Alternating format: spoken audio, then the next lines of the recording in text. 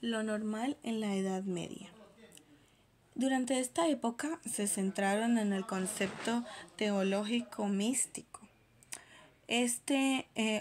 Junto con la Iglesia Católica, fue un periodo de la historia en donde el pensamiento conservador cristiano imponía sus formas de organización, en donde la manipulación de la fe daba explicaciones incoherentes a los fenómenos naturales y humanos.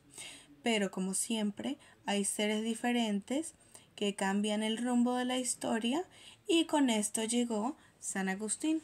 San Agustín se considera uno de los principales cimientos del psicoanálisis.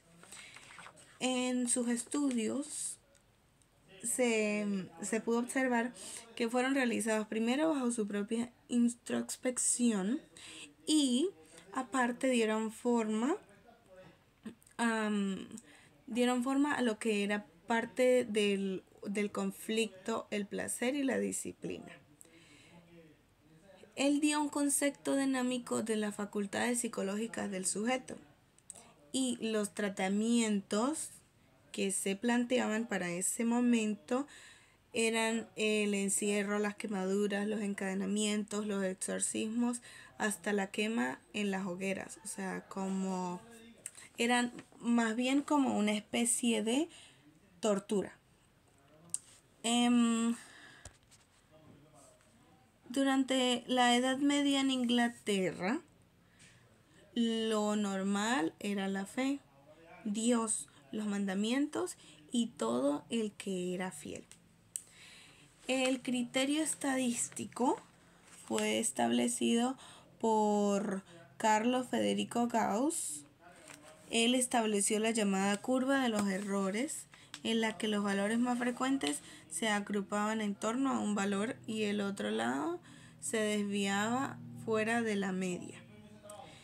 El criterio normativo consideraba normal al hombre que se semejaba a un modelo de perfección humana, es decir, que reunía todas las características ideales de acuerdo a un sistema de valores imperante.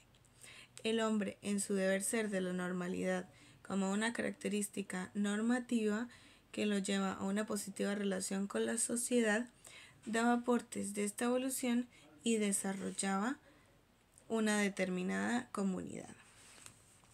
Las funciones mentales. Las funciones mentales incluyen la comprensión de la ubicación y la concepción del ser humano. Para comprender las funciones mentales hay que considerar la interacción de las diferentes estructuras corticales en la ejecución y planeación del movimiento. Vamos a realizar un pequeño análisis de algunas de las funciones mentales. Vamos a comenzar con la atención. La atención se define como la actitud de un sujeto que se concentra sobre un sector determinado de la realidad. Está relacionada con la percepción y la conciencia. Es una actividad de gran complejidad que busca de manera selectiva los objetos para hacerlos conocimiento.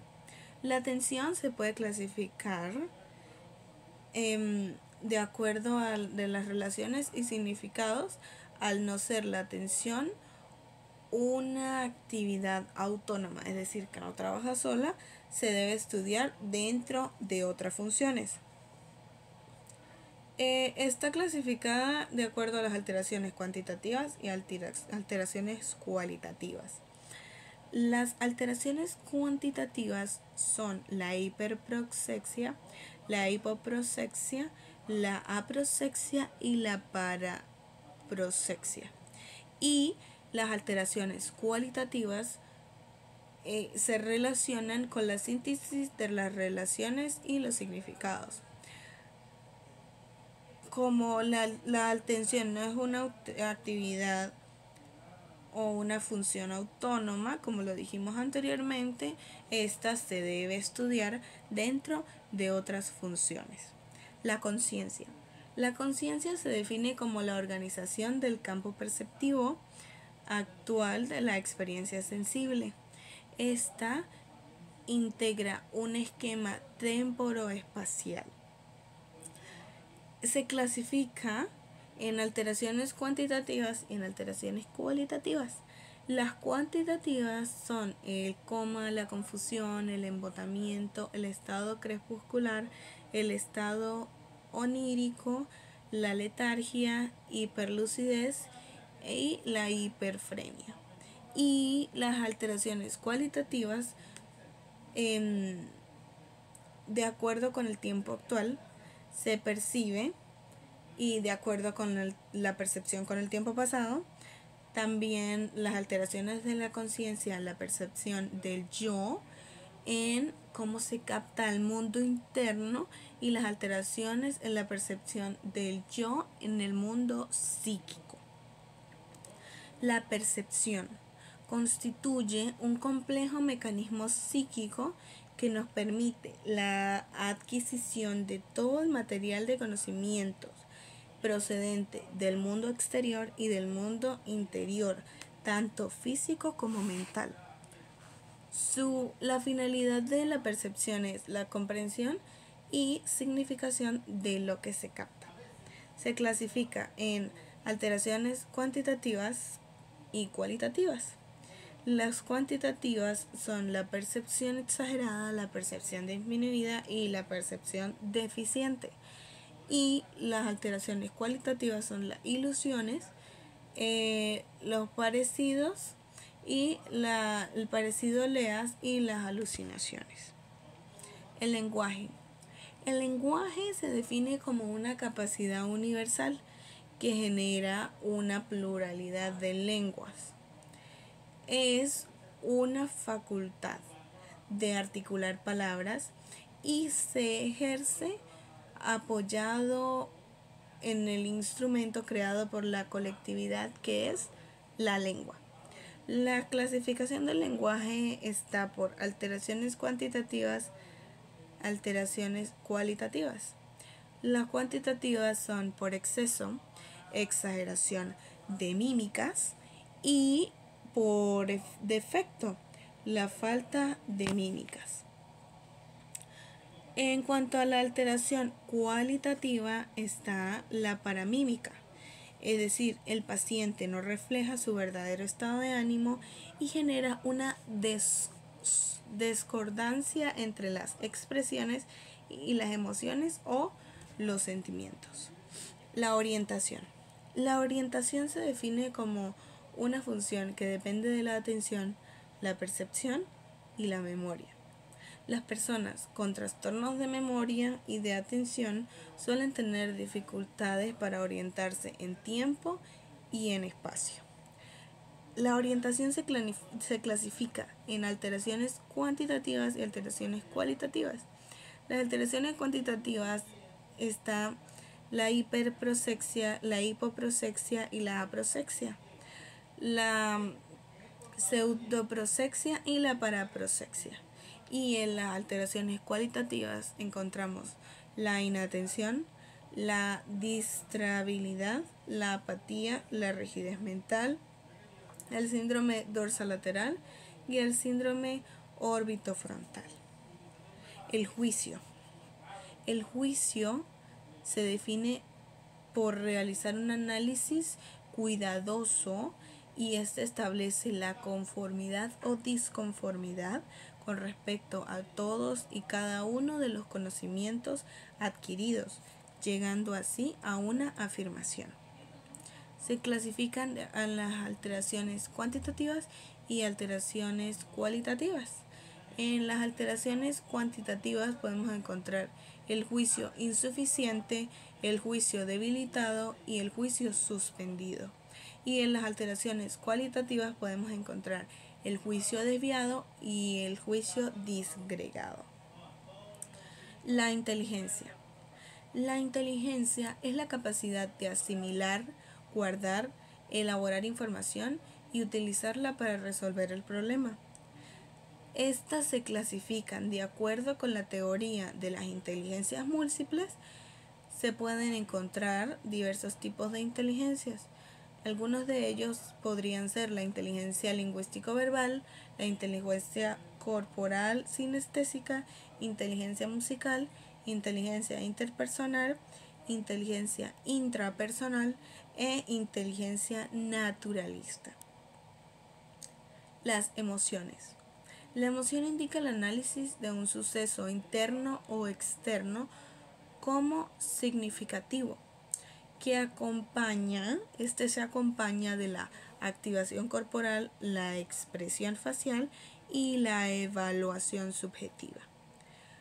Una de las fuentes de la emoción es el impulso sensitivo, que proviene de los músculos y los órganos internos. Esto trabaja con el sistema motor somático, es decir, que es voluntario e involuntario, y con el sistema motor visceral, que es involuntario solamente. El aprendizaje. El aprendizaje se define como un proceso de adquisición de información nueva o de patrones nuevos de conducta. Este es un término genérico para un número diverso de diferentes procesos cognitivos que se conocen como aprendizaje. El aprendizaje puede ser por condicionamiento o aprendizaje cognitivo. Por condicionamiento sería cuando se adquieren patrones específicos de conducta ante la presencia de estímulos bien definidos. Y el aprendizaje cognitivo depende de los procesos mentales que no son directamente observables. La sensopercepción. La sensopercepción se define como un proceso de conocimientos de objetos, cualidades y relaciones que sigue a la estimulación de los órganos de los sentidos. Este se clasifica en trastornos cuantitativos y trastornos cualitativos. Los trastornos cuantitativos son la hiperpercepción, la hipopercepción y la agnosia. Y los trastornos cualitativos son el error de percepción, ilusiones y alucinaciones. En cuanto a los cuantitativos, este número depende el número e intensidad de los estímulos, del umbral de la excitabilidad del receptor y del estado del funcionamiento cerebral. Estamos hablando de los cuantitativos. En cuanto a los cualitativos, podríamos decir que son múltiples y variados y se refieren a la cualidad sensorial y a errores en la localización de los estímulos de tiempo y espacio. La memoria. La memoria es una función mental que nos permite reproducir las vivencias del pasado, reproducir las vivencias del pasado. Esto es el recuerdo. Y el recuerdo se produce ante un estímulo relacionado con la vivencia. Para evocar los recuerdos, es importante saber que se necesita la intervención de otras funciones cerebrales, las cuales auxilian a la memoria para evocar los recuerdos. Estas funciones son la atención y la integridad del sistema sensorial. La memoria está clasificada en los factores de fijación que dependen de la atención y del estado de conciencia. Si estas dos funciones no se encuentran en un buen estado, es decir, la atención y la integridad del sistema sensorial, entonces los estímulos no serán controlados y no existiría material para almacenar. En cuanto a los factores de la elaboración, se hace en el sistema nervioso central y su alteración producirá daños en el almacenamiento. Este se hace con base en los compuestos proteicos que en las fases alternas de síntesis y análisis y conserva las huellas nésicas. Y la última, que son los factores de la evocación. En esta fase de evocación o memoria propiamente dicha, el resultado del estímulo que provoca la evocación y los sucesos más recientes y frágiles se pierden primero que los más antiguos y sólidos afectivamente. Es decir que los recuerdos, aunque sean antiguos, pero que son más sólidos, más firmes, con los que tenemos más sentimiento y más afinidad, son los que van a permanecer por más tiempo en nuestra memoria. El afecto es un tono emocional placentero o displacentero que acompaña toda idea. La emoción es la respuesta física breve ante un estímulo pasajero. El sentimiento es un estado afectivo estable, específico y de marcada subjetividad.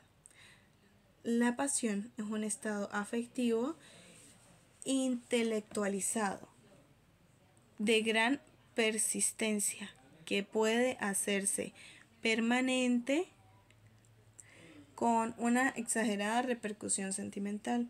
El afecto se puede clasificar de acuerdo a los trastornos cuantitativos y los cualitativos. De acuerdo a los cuantitativos es cuando aumenta el tono afectivo.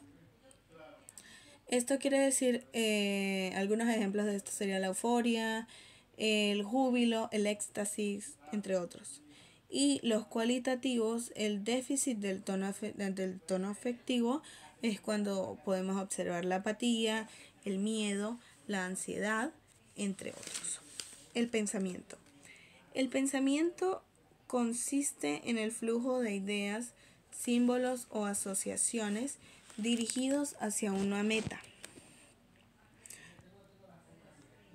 Inicia por un problema o una tarea y esto nos conduce a una conclusión adaptada a la realidad. El pensamiento trabaja con 3 tipos de vivencias teóricas o cogniciones: el concepto, la representación y los juicios. Y se clasifica en pensamiento deductivo, pensamiento inductivo, pensamiento creativo, pensamiento crítico y pensamiento analítico. Con esto damos por finalizada nuestra presentación y no me queda más que agradecerles y espero que les haya gustado. Muchas gracias.